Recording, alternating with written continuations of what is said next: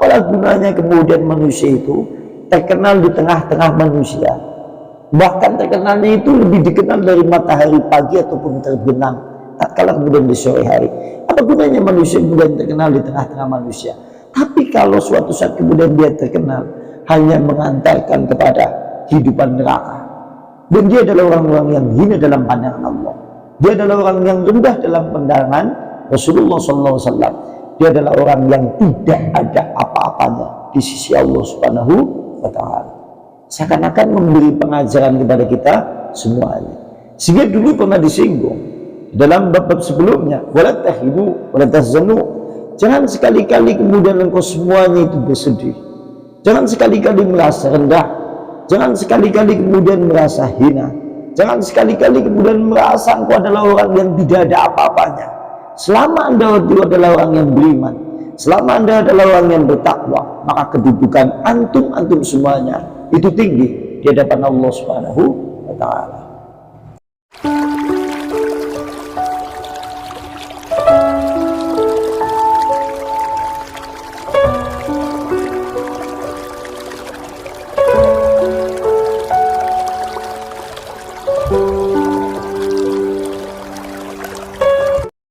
Pelajarannya apa di dalam kisah ini? Pelajarannya adalah seakan-akan mengisahkan di dalam kitab, biarkan dunia ini, biarkan kemudian manusia yang ada di belahan dunia ini tidak memandang kita semuanya, ataupun memandang sebelah mata, ataupun kemudian mereka memejamkan mata tatkala melihat kita semuanya. Biarkan seluruh penduduk bumi ini sekalipun mereka kemudian tidak sudi melihat kita semuanya, karena kita mungkin dianggap rendah dalam pandangan mereka, selama Anda termasuk hamba-hamba Allah yang bersih hatinya, senantiasa kemudian memohon ampun kepada Allah, senantiasa mendekat diri kepada Allah Subhanahu wa Ta'ala, senantiasa kemudian dengan penuh tetesan air mata Anda kemudian tunduk taat kepada Allah Subhanahu wa Ta'ala, maka Anda tidak perlu kecewa, maka Anda kemudian tidak perlu bersedih. Karena hakikatnya manusia yang paling berarti di dalam kehidupan ini adalah dia mencari kedudukannya di sisi Allah Subhanahu wa Ta'ala. Apalah gunanya kemudian manusia itu terkenal di tengah-tengah manusia, bahkan terkenalnya itu lebih dikenal dari matahari pagi ataupun terbenam tatkala kemudian di sore hari. Apa gunanya manusia kemudian terkenal di tengah-tengah manusia, tapi kalau suatu saat kemudian dia terkenal hanya mengantarkan kepada kehidupan neraka, dan dia adalah orang-orang yang hina dalam pandangan Allah, dia adalah orang yang rendah dalam pandangan Rasulullah SAW, dia adalah orang yang tidak ada apa-apanya di sisi Allah Subhanahu wa Ta'ala. Seakan-akan memberi pengajaran kepada kita semuanya. Sehingga dulu pernah disinggung dalam bab sebelumnya, wala tahinu wala tahzanu, jangan sekali-kali kemudian engkau semuanya itu bersedih, jangan sekali-kali merasa rendah, jangan sekali-kali kemudian merasa hina, jangan sekali-kali kemudian merasa engkau adalah orang yang tidak ada apa-apanya. Selama Anda adalah orang yang beriman, selama Anda adalah orang yang bertakwa, maka kedudukan antum semuanya itu tinggi di hadapan Allah Subhanahu wa Ta'ala. Kan seakan-akan memberi syarat yang seperti itu. Nah, kemudian berikutnya, qala berkata perawi di dalam kitab ini, famakasa yatlubahu nasrosinina. Akhirnya Ali bin Abi Thalib dan Umar bin Khattab mencari keberadaan Uwais Al-Qarni selama 10 tahun. Ini menunjukkan sahabat Nabi selevel Umar bin Khattab dan Ali paham betul apa yang disampaikan oleh Nabi. Itu adalah termasuk bagian dari sesuatu yang hak. Dan kita tahu yang namanya taraktu fikum syai'an ini lam tadilu ba'dahuma, kitabullah wa sunnah. Ada dua perkara yang Rasulullah tinggalkan untuk kita semuanya dan kita tidak akan pernah tersesat selama-lamanya, yaitu Al-Quran dan Sunnah Rasulullah Sallallahu Alaihi Wasallam. Mereka, yaitu Ali bin Abi Thalib dan Umar, yakin kalau perkataan Rasulullah itu adalah hak, sehingga dia mencari sampai bilangan 10 tahun mencari keberadaan Uwais Al-Qarni. Kami tidak bisa membayangkan kalau suatu saat kalau Rasulullah ditanya, siapa hamba itu ya Rasulullah, misalnya dia berkata kepada sahabat-sahabatnya, siapa hamba itu ya Rasulullah? Hamba yang tidak dikenal oleh manusia, tapi dikenal oleh penduduk langit. tatkala dia berdoa kemudian dikabulkan, tatkala kemudian dia bersumpah maka sumpahnya tidak ditolak. Rasulullah menjawab Abu Salamah. Masya Allah. Wah, mau sedihnya pada Abu Salamah Masya Allah ya. Masya Allah. Abu Salamah selamat wadiyo. Masya Allah ya. Masya Allah. Masya Allah ya. Nanti sampai titik ini, bukan garis titik tok. Lantas kemudian Rasulullah, Ali bin Abi Thalib dan Umar bin Khattab mencarinya selama 10 tahun. La yuqaddirani alaihi, mereka selama 10 tahun mencari Uwais Al-Qarni, tidak menemukannya, tidak mampu menemukannya, dicari selama 10 tahun. Falamma kana fi akhir sanah allati halaka fiha Umar, maka di tahun terakhir kepemimpinan Khalifah Umar bin Khattab, yaitu menjelang hari kematian Umar bin Khattab, pada tahun terakhir masa-masa kepemimpinan Khalifah Umar bin Khattab. Umar bin Khattab dia berdiri di atas gunung Abu Qubais. Di tahun terakhir masa kekhalifahan dia sebelum dia dibunuh, dia berdiri di gunung Abu Qubais. Dia melihat rombongan jamaah haji. Dan dia kemudian berseru dengan suara yang keras. Nada bi'a'la sautih. Dia kemudian memanggil dengan suara yang lantang. Dan kita tahu suara Umar bin Khattab sudah keras, apalagi kalau dilantangkan. Suara Umar bin Khattab kan keras. Dia memiliki suara perawakan yang tinggi besar, memiliki suara yang keras. Bahkan kalau dalam kitab yang lain ini disebutkan, kalau suatu saat kemudian dia naik kuda, naik bihol. Bihol adalah hewan keturunan kuda dengan keledai. Maka kalau kakinya tidak ada di pelana, maka kakinya kemudian akan menyentuh tanah, membuat garis lurus di tanah. Nek dheweke numpak bihol, kakinya tidak bergelanjut kepada pelana, maka kakinya membentuk garis lurus di tanah. Berarti ini menunjukkan bunga gede, suaranya lantang. Dia suaranya lantang, dia kemudian berkata di atas gunung Abu Qubais, ya ahlal hajij, katanya, wahai para jamaah haji dengan Yaman, yaitu dari negeri Yaman, afikum Uwais, katanya, apakah ada di antara kalian yang bernama Uwais? Kata kemudian Umar bin Khattab, wahai jamaah haji dari negeri Yaman, apakah ada di antara kalian yang bernama Uwais Al-Qarni? Karena kita tahu Rasulullah menginformasikan Uwais Al-Qarni dari suku Al-Qarni, tepatnya dari suku Yaman. Sehingga Rasulullah tatkala Umar bin Khattab mencarinya, melihat rombongan jamaah haji, pada saat itu Umar bin Khattab berseru, apakah ada di antara kalian yang ada yang bernama Uwais Al-Qarni?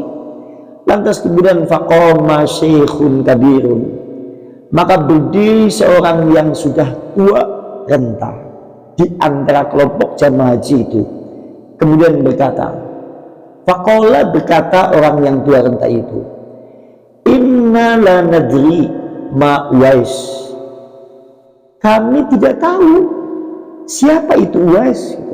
Kata orang tua itu, kami tidak tahu siapa Uwais itu. Walakin, akan tetapi inna akhondi, akan tetapi kemudian sungguhnya ada saudaraku, yuqalu lahu, mungkin dia dipanggil dengan sebutan Uwais. Kata orang tua itu, kami tidak kenal, kami tidak tahu yang bernama Uwais Al-Qarni. Sebagaimana informasi yang disampaikan oleh Rasulullah, dia tidak dikenal kok oleh penduduk dunia.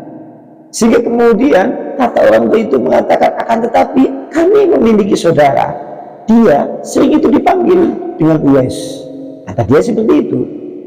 Wahal ahma wa huwa ahmalu, akan tetapi dia adalah memiliki tampang, tidak dikenal oleh manusia. Bahkan manusia tidak ada yang ingin mengenalnya, wahai khalifah. Lantas kemudian wa aqallu malan, dia sangat miskin, tidak dikenal, sangat miskin wahai Umar, katanya. Wa ahwanu imra'an, dan dia adalah orang yang paling hina di antara manusia. Kemudian dan dia tidak pernah namanya disebut-sebut di tengah-tengah manusia.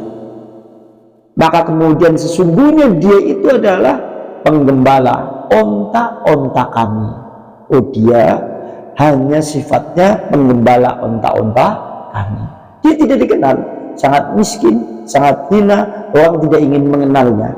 Padahal kalau saja seorang tua yang dikatakan di dalam kitab ini, dia mengetahui apa yang disampaikan Rasulullah, siapa Uwais Al-Qarni, dia pasti akan mendatangi Uwais Al-Qarni.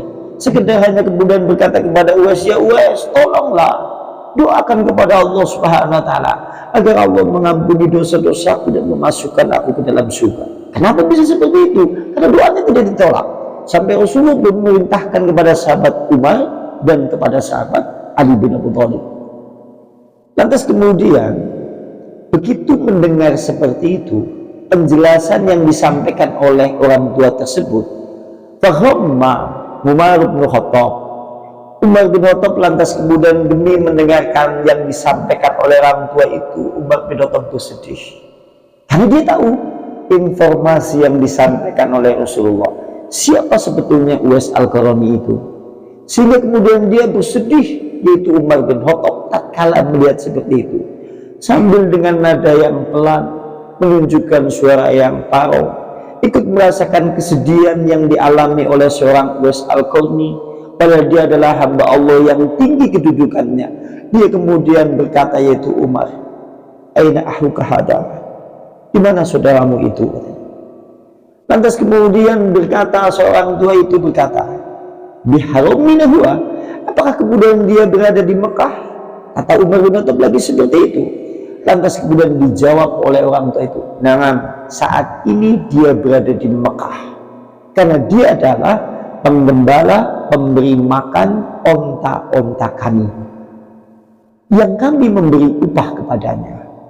Lantas kemudian berkata itu Umar dengan nada yang lebih pelan lagi, lebih sedih lagi, karena membayangkan betapa mulianya hamba itu, yaitu Uwais Al-Qarni. Kemudian Umar bin Khattab berkata, wa aina yusab, di mana kemudian aku bisa mendapatkan dia? Lantas kemudian dijawab oleh orang tua itu, kalau seandainya kemudian engkau ingin bertemu dengannya, dia saat ini berada di Arafah. Oh, kalau anda ingin bertemu dengan dia, hendaklah kemudian engkau temui di Arafah. Singkat cerita, Ali bin Abi Thalib, Umar bin Khattab segera ambil kudanya, ia pacu kudanya untuk menuju Arafah. Ia ingin bersegera bertemu dengan hamba Allah yang mulia itu, yang tidak dikenal oleh manusia. Lantas tatkala kemudian berpas posisi berada di Arafah, dia dapati seorang laki-laki yang sedang mendirikan sholat di bawah pohon. Sementara onta-onta yang digembalakannya itu mengelilinginya, seakan-akan melindunginya. Begitu ketemu Uwais Al-Qarni, Uwais Al-Qarni pada saat itu sedang mendirikan sholat.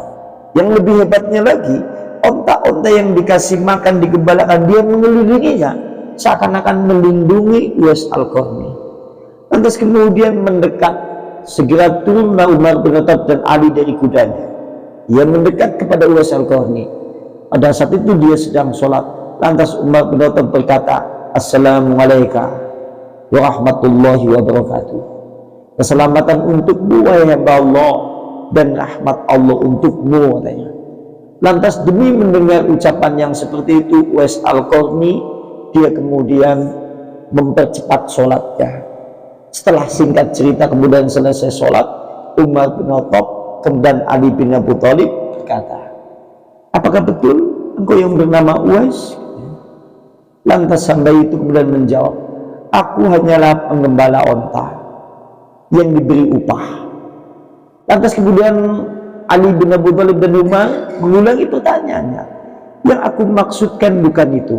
Ya, aku tahu kamu itu adalah penggembala onta yang diberi upah. Akan tapi yang aku tanyakan, siapa sejatinya kamu itu? Mananta? Lantas dijawab oleh Uwais Al-Qarni, Ana Abdullah, aku adalah hamba Allah. Lantas Ali bin Abi Thalib dan Umar dia bersedih mendengar perkataan itu. Dia kemudian berkata lagi, ya kami tahu seluruh penduduk langit dan bumi semuanya hamba-hamba Allah. Yang aku tanyakan adalah, siapa namamu? Nama yang diberikan oleh kedua orang tuamu untukmu. Lantas dijawab, aku adalah Uwais Al-Qarni. Demi mendengar kecapan yang seperti itu, seakan-akan betapa bahagianya bercampur sedih Ali bin Abi Thalib dan Umar. Karena dia membuktikan apa yang disampaikan oleh Rasulullah, ada hamba yang seperti itu. Sehingga dia bercampur senang dan bercampur kesedihan. Lantas kemudian Umar bin Khattab berkata, aku mendengar Rasulullah SAW bercerita kamu di hadapan sahabat-sahabat Nabi, menceritakan dirimu itu. Dan Rasulullah berpesan kepada aku disuruh untuk mencarimu. Apabila aku bertemu denganmu, aku disuruh untuk memohon, meminta kepadamu agar kamu mau memohonkan ampun untukku. Lantas singkat cerita, tadinya tidak mau Uwais Al-Qarni, tapi dipaksa. Akhirnya kemudian Uwais Al-Qarni mengucapkan, Allahumma gfir, ya Allah, ampunilah Umar bin Khattab, ampunilah Ali bin Abi Thalib, sebanyak 3 kali ucapan itu. Setelah itu kemudian dia pergi. Setelah itu kemudian dia tidak pernah nampak lagi.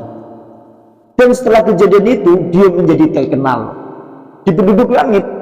Kenapa menjadi terkenal? Seorang sahabat Nabi, Ali bin Abi Thalib, Umar bin Khattab, khalifah yang menjabat pada saat itu, meminta doa kepada Uwais Al-Qarni, sehingga seluruh penduduk Mekah bahkan Madinah mengenal nama seorang Uwais Al-Qarni, sehingga seluruh manusia hampir-hampir ingin mencari keberadaan dia, memohon kepada dia agar dia mau memohonkan ampun kepada Allah. Tapi setelah kejadian itu, maka batang hidungnya dia sendiri tidak pernah nampak lagi di tengah-tengah manusia.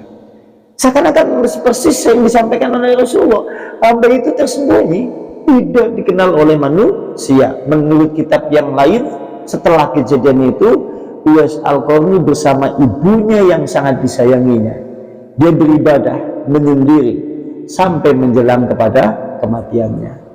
Ini yang dimaksud seorang tokoh Uwais Al-Qarni, salah seorang tokoh penghulu tokoh, yaitu dari tokoh tabi'in, sekalipun dalam kategorinya dia adalah salah seorang sahabat Nabi yang pernah diucapkan oleh Nabi, tapi Nabi tidak pernah melihat dia. Ini sesuatu yang luar biasa.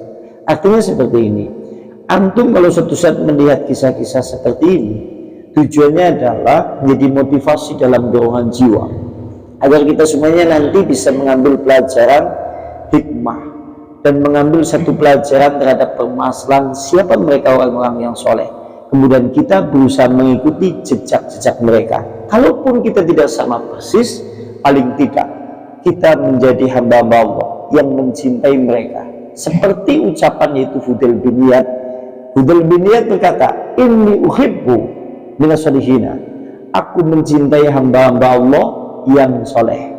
Sekalipun aku ini bukan termasuk mereka, aku mencintai hamba-hamba yang soleh, sekalipun aku bukan termasuk golongan mereka. Dan aku membenci ahli maksiat, sekalipun aku termasuk golongan mereka.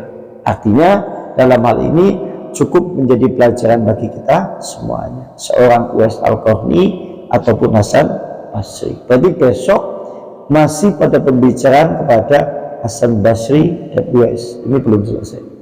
Mungkin ada yang mau ditambahkan, tafadhol, silakan. Ya, silakan, tafadhol.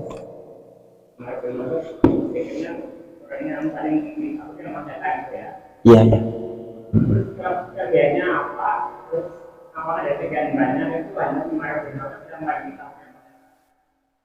Ini seperti ini. Jadi kalau kita melihat sahabat-sahabat Nabi, mereka itu memiliki sisi keutamaan sendiri-sendiri. Ali bin Abi Thalib pahlawan perang yang tidak terkalahkan, sekaligus dia adalah pahlawan mubarozah. Mubarozah adalah duel sebelum perang berhadapan-hadapan, single lah. Maka pahlawannya adalah Ali bin Abi Thalib. Bahkan kalau dalam satu riwayat, dia pernah duel melawan orang kafir Quraisy, lantas kemudian sekali pukul orang kafir Quraisy itu jatuh. Begitu jatuh, kafir Quraisy itu kemudian meludahi wajah Ali bin Abi Thalib, diludahi oleh Ali bin Abi Thalib, kemudian ditinggal. Setelah ditinggal, ditanya oleh sahabatnya, wahai Ali, kenapa kemudian kau tinggal? Kenapa kemudian kau tidak membunuhnya sebagaimana biasa tatkala kemudian kau melawan perang tanding? Dia kemudian menjawab, ketika aku menggerakkan pedang pada kali pertama, pedang itu karena Allah Subhanahu wa Ta'ala.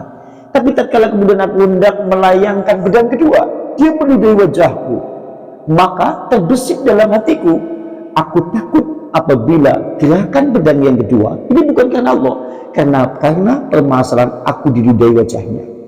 Ini Masya Allah, ini kelebihan Ali bin Abi Thalib. Kelebihan sahabat yang lain kayak Abdurrahman bin Auf, dia sangat kaya. Kelebihan dari Utsman bin Affan, dia sangat malu. Kelebihan Abu Bakar As-Siddiq mudah menangis kepada Allah dan orang kepercayaan Rasulullah.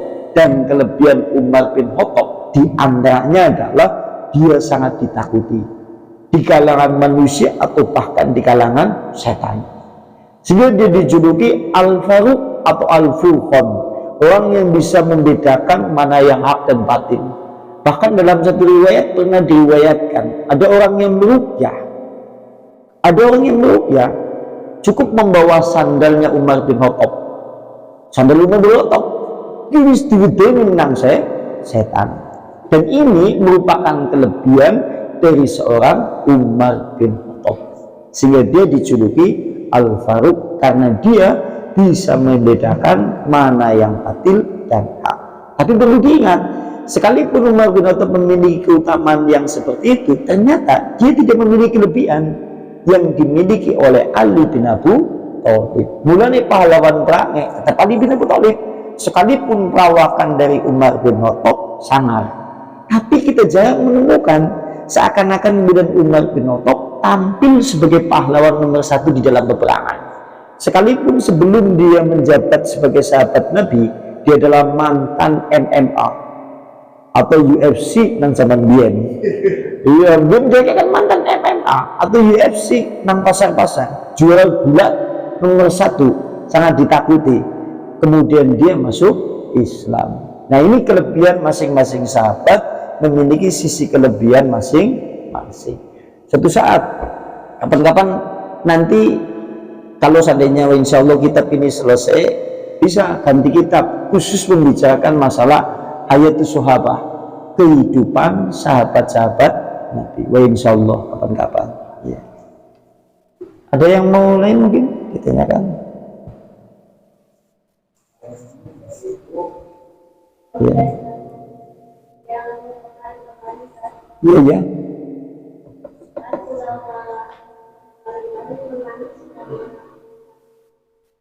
Ya ya ya.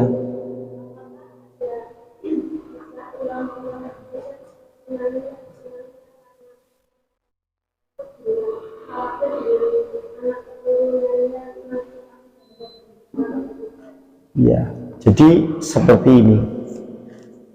Kalau kita berbicara masalah menangis kepada Allah, itu kalimatnya sebetulnya umum, tidak spesifik.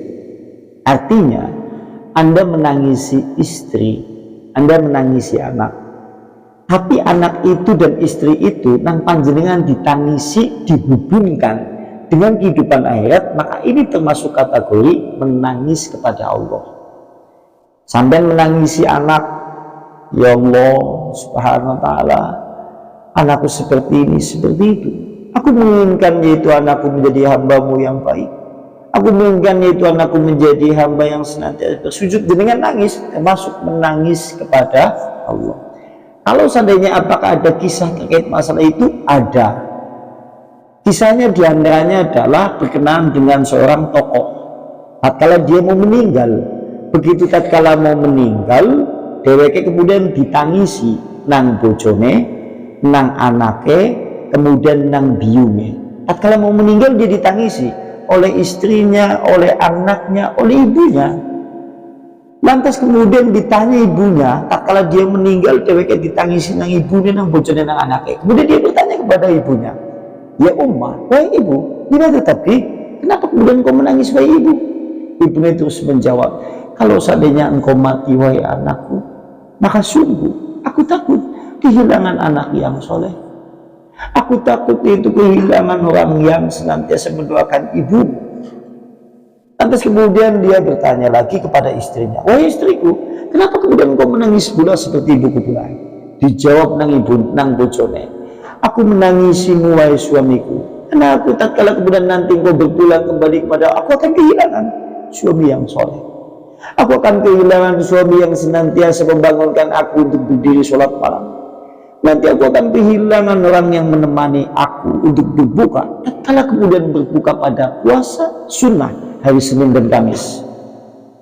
Lantas kemudian dia bertanya lagi kepada anaknya, ya anakku, kenapa pula kemudian kau menangis pula seperti istriku, seperti ibumu, dan seperti mbah atau seperti ibu?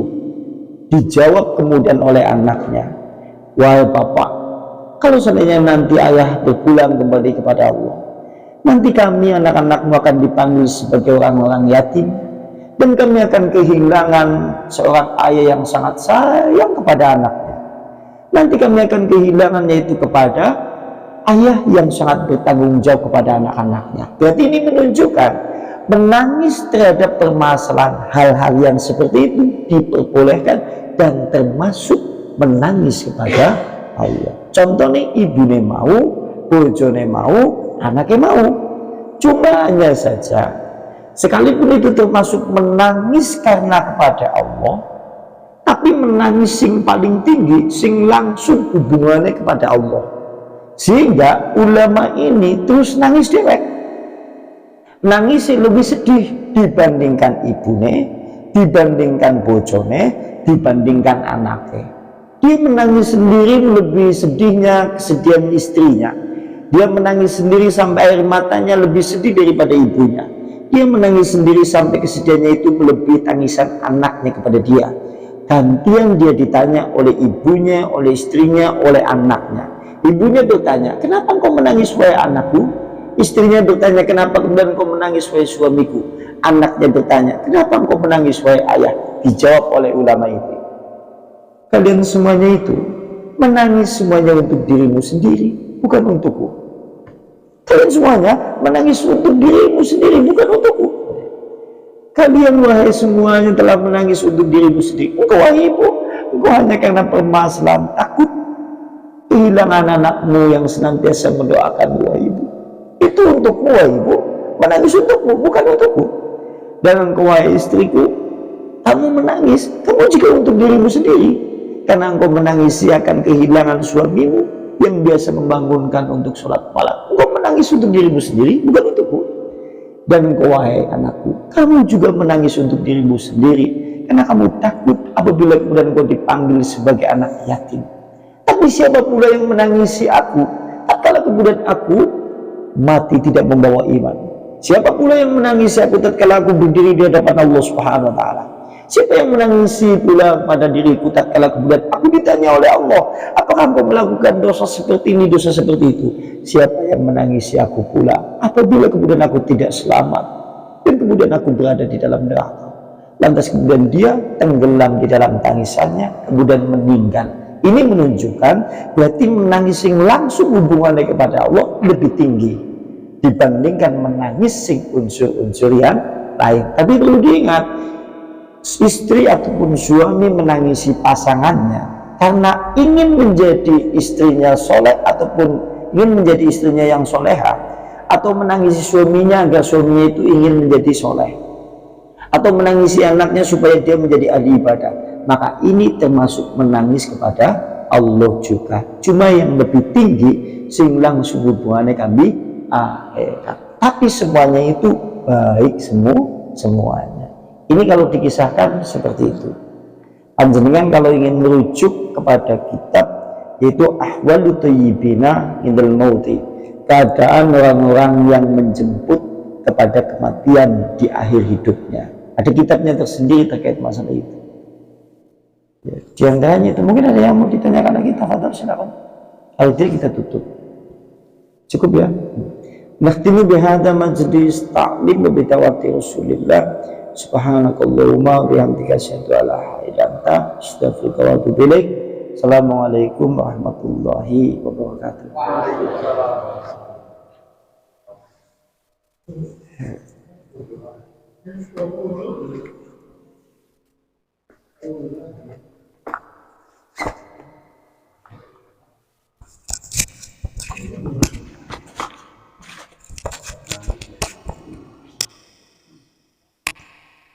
Halo Pak Samad, baik baik.